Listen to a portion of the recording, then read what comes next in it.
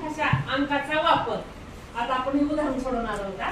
एका सांकेतिक भाषेत जर d बरोबर 6, f बरोबर 4, l बरोबर 1 व j बरोबर 0 असेल तर l गुणिले j अधिक d वजा f बरोबर किती. आता हे सोडवायचं आपल्याला. आता हे l च्या किमती लिहू आपण. l बरोबर किती आहे 1 गुणिले j बरोबर किती आहे 0 अधिक d बरोबर किती आहे 6 वजा f बरोबर 4. आता कोणत्याही संख्येला 0 ने गुणल्यावर उत्तर 0 येते. 1 0 0 अधिक 6 वजा 4. आता इथं जसं आहे तसं आपण लिहू. आता 0 ला काय 0 अधिक 6 किती होणार 6.